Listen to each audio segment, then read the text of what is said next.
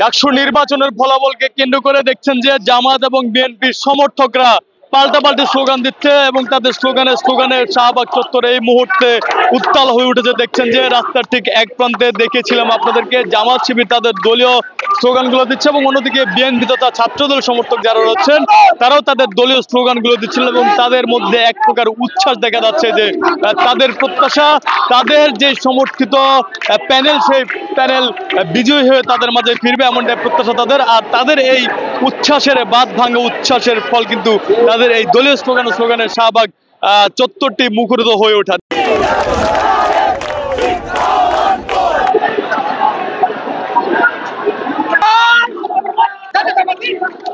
দেখছেন সরাসরি শাহবাগ থেকে একদিকে জামাত শিবির এবং অন্যদিকে বিএনপির দলীয় কর্মীদের স্লোগান।